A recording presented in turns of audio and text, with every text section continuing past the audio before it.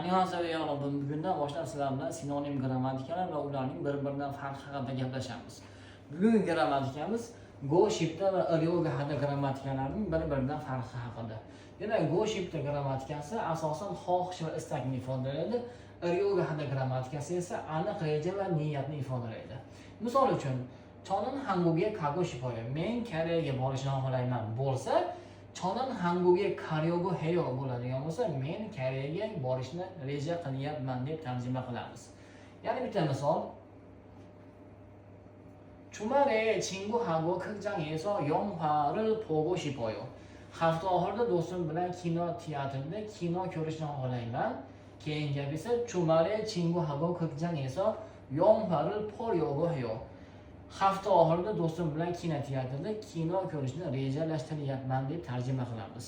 Bizni kuzatishda davom eting. Bundan da foydali bo'lgan ma'lumotlar hali oldinda.